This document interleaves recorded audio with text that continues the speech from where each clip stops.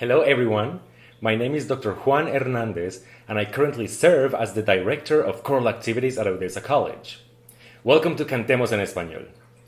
This lecture will explore the main differences between the pronunciation of Spanish from Europe and Latin America. It is important to mention that there are many differences on the pronunciation between countries and even within each country. In this lecture, we will focus on the standardized version of the language for its use in our music, in both the solo vocal and choral repertoires.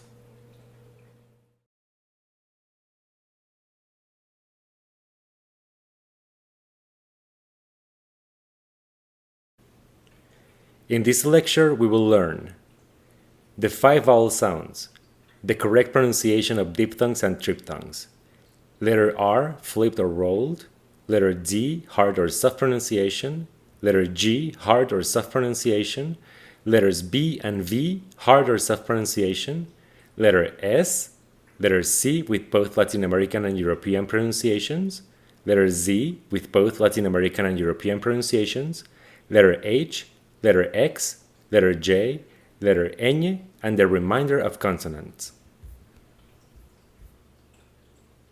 Let's begin with vowels. We have only 5 vowel sounds in both European and Latin American Spanish.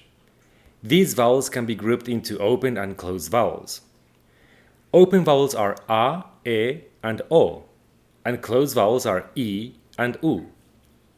According to the International Phonetic Alphabet, these open vowels are represented with the symbols a, e, o. These symbols are a bit inaccurate as these sounds are on the far spectrum on how open the vowel is.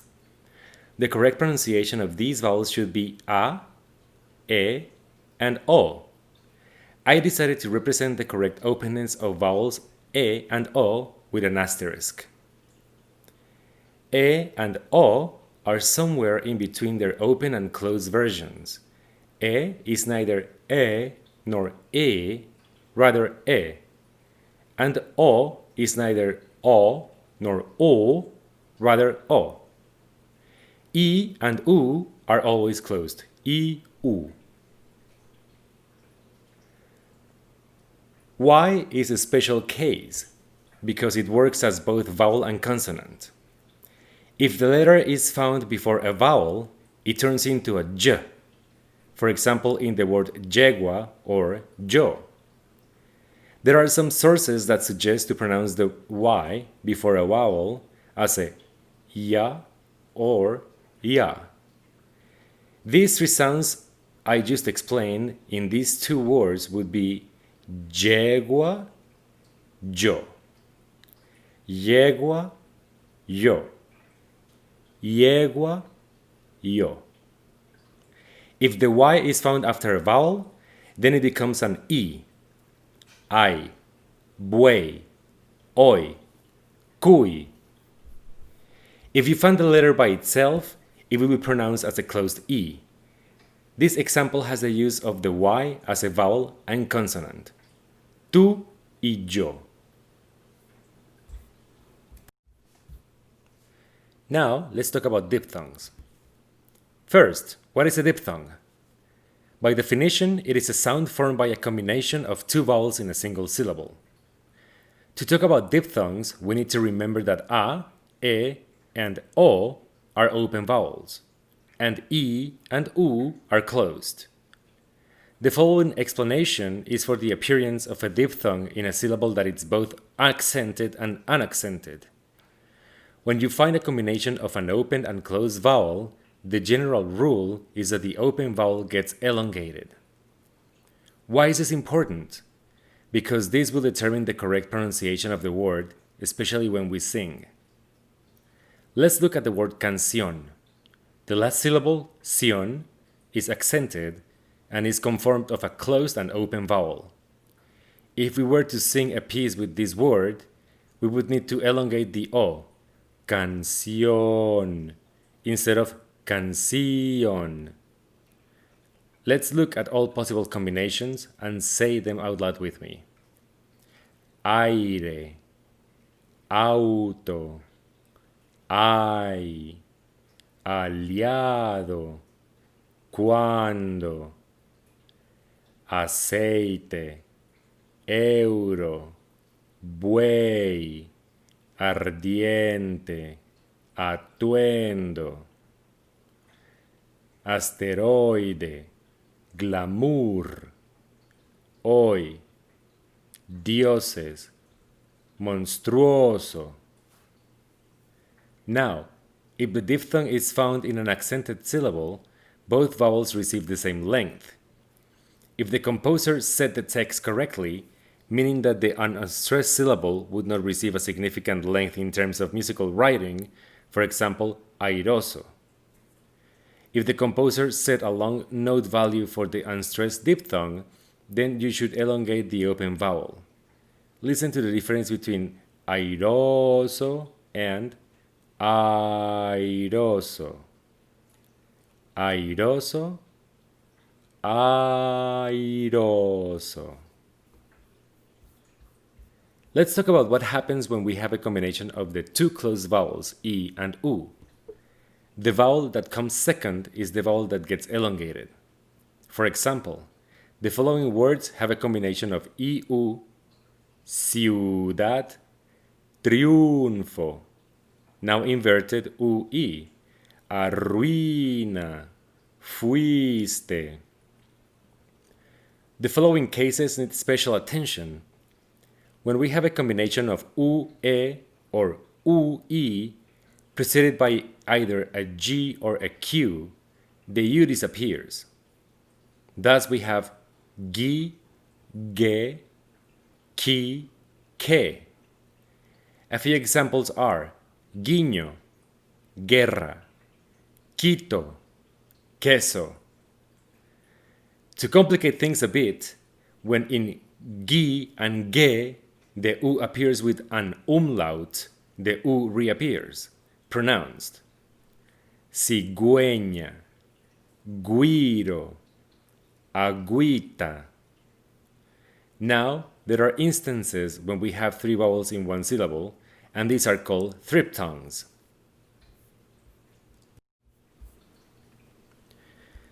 Triphthongs are not too common in Spanish, and they are more prominent in Spain when using the vosotros form. For example, in Latin America, the verb buscar will be conjugated as yo busco, tú buscas, él o ella busca, nosotros buscamos, ustedes buscan. In Spain, the form vosotros is widely used instead of ustedes. In the vosotros form, the verb would be conjugated as buscáis. Some other examples of words with triphthongs in them are anunciáis, Paraguay, buey, apreciáis. In all cases, the vowel in the middle gets elongated. Letter R. Part of the characteristic sound of Spanish is that of the rolled R, but this consonant is not always pronounced in such way. This letter can be rolled or flipped.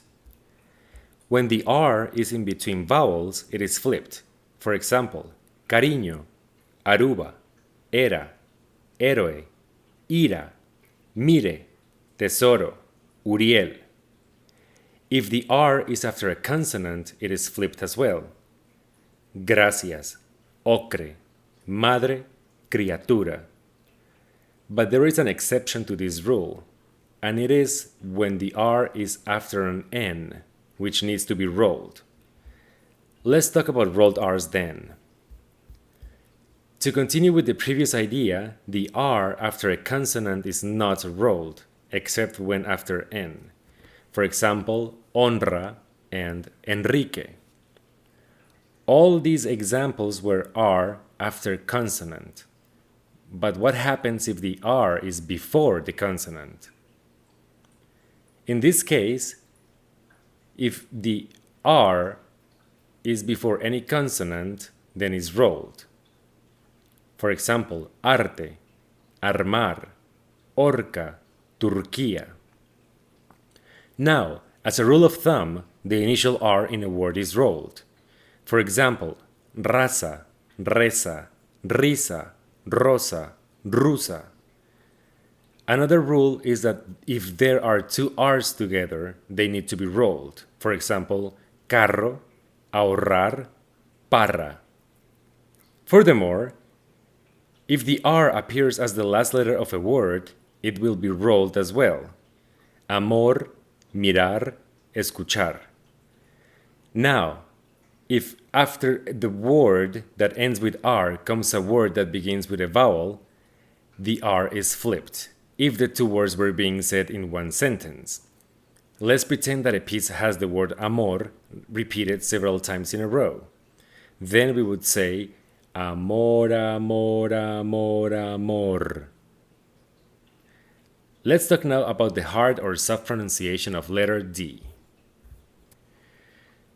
If letter D appears as the first letter in a word, it will always be pronounced as a hard D, D. For example, in the words dia or dátil. Now, the letter D can be softened. When letter D is in between vowels, it turns into a soft the. It's the same sound in the English words that, then, they, and so on. A simple Spanish word that uses this sound is dedo. The second D is in between vowels. Listen to the difference between the correct and incorrect pronunciations of the word dedo. Dedo, dedo. Dedo, dedo. This same sound is used when the D comes after an S or an R, for example, desde and borde. Likewise, the sound is used if the D appears as the last letter of the word.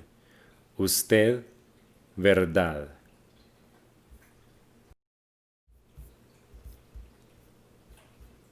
Letter G requires special attention, as it can be pronounced in different ways according to its position in a word and the letters surrounding it. When we have G before a vowel, we get the following sounds: ga, he, hi, go, gu. Remember that to be able to make a ge or gi sound, we need the u vowel in the middle. The words that use the hard g with the 5 vowels are garaje, guerra, guiar, gota, gusto. If the U is not used before the E or the I, we could make words such as gesto, germánico, jirafa, gitano. When the G is in between vowels, we soften its sounds, turning it into a ga.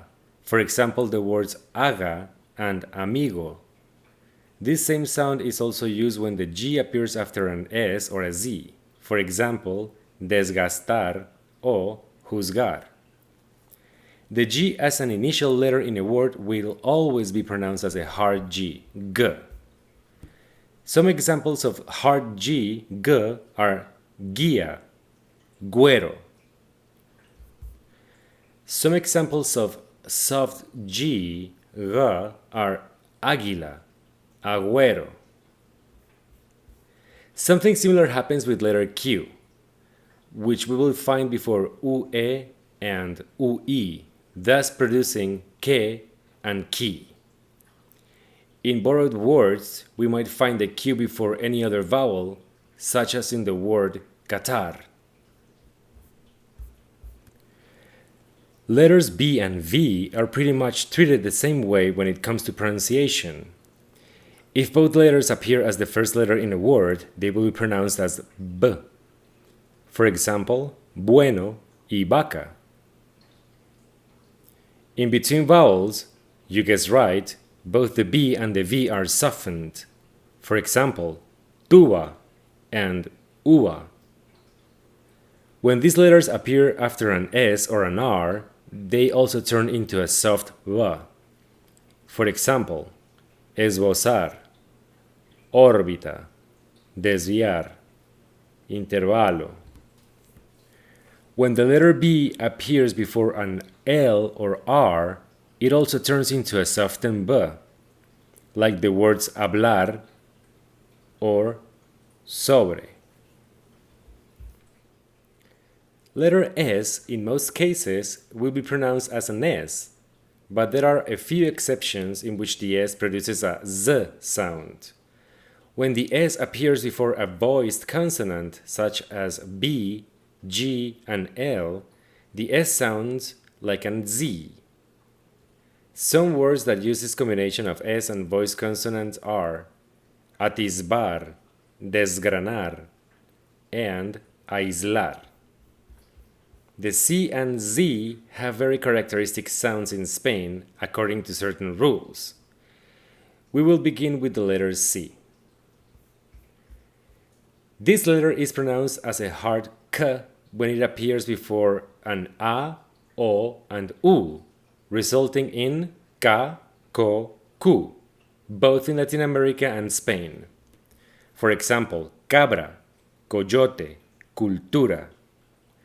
Now, when the C appears before an E or E, the pronunciation is completely different between the two regions. In Latin America, these letters would sound as C and C, and in Spain as C and Ci. These two words, cerca and cinturón, are pronounced like this: cerca, cerca, cinturón, cinturón. As a reminder, in order to have the sounds que and ki, we need the vowel u in between q and e, or q and e. If the C appears twice, it means that the first C gets a K and the second one gets an S sound or a Th sound, according to region. Let's look at these words: acceso, acceso, acción, acción. The double C only appears after a vowel and before E or E. If the C is combined with an H, just as in English, it becomes a ch sound. Chorizo, chorizo, mucho. Now, the letter Z will always sound like an S in Latin America, unless it is right before a voice consonant such as cabizbajo, hazlo, diezmo, and tizno. In Spain, however, it will always have, and I always mean, it will always be pronounced as th. The same words in Spain would sound cabizbajo, hazlo, diezmo, and tizno. To finalize with special letters, and on a lighter note, letters H, X, and J have simple rules. Letter H will always be silent. For example, Héctor, hogar, hielo. But remember that if it appears after a C, it sounds like a ch, like in chorizo or chorizo.